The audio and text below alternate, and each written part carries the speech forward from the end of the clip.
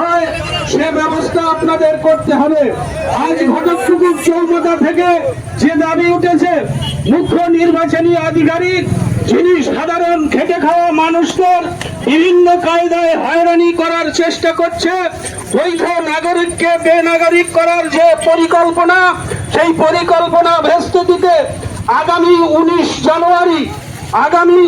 জানুয়ারি সোমবা ফেডারেশনের পক্ষ থেকে মৌলানা কামরুজ্জামান সাহেবের নেতৃত্বে মুখ্য নির্বাচনী আধিকারিকের দপ্তরে যে ডেপুটেশন দেওয়া হবে, সেই ডেপুটেশনে আপনারা দলে দলে যোগদান করে এই ডেপুটেশনকে সাফল্যমণ্ডিত করিবেন, এই আবেদন আপনাদের কাছে রেখে আমরা ভাঙড় 1 নম্বর ব্লকের বিডিওর কাছে ডেপুটেশন দেওয়ার জন্য সম্মানিত ডেপুটেশন আপনাদেরকে দেখাবার জন্য আমরা ভাঙড় 1 নম্বর বিডিও অফিসে যাচ্ছি। আপনারা আমাদের ভিডিও অফিসের দিকে এগিয়ে আসছে। তাদের একটাই দাবি, এসআইআর এর মাধ্যমে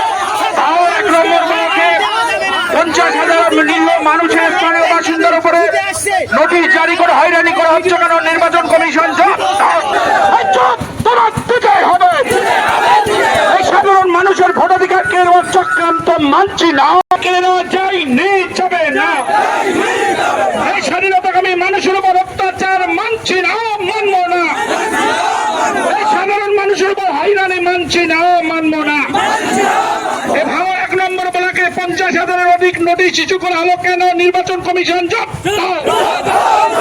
এই স্থানীয় বাসিন্দাদেরকে হয়রানি করা হচ্ছে কেন? মোদী তুমি বিদায় হবে। জনসভায় প্রতিবাদ সভায় তলায় তলায় বারবার ভাঙড়ের মানুষদেরকে হয়রানি করা হচ্ছে কেন? মোদী তুমি চপ দাও। এই মুসলিমদের উপর এলাচ্ছি কেন? মোদী তুমি চপ দাও। এই যারা স্বাধীন করেছে তাদের নিয়ে বারবার হয়রানি করা হচ্ছে কেন? মোদী তুমি চপ দাও। ব্রিটিশের দালাল গণেশ কুমার অবিলম্বে সাধারণ মানুষের উপর হয়রানি বন্ধ করতে হবে। বিভিন্ন চক্রান্ত করে মুসলিমদের ভোটাধিকার কেড়ে নেওয়া যায়নি, যাবে না।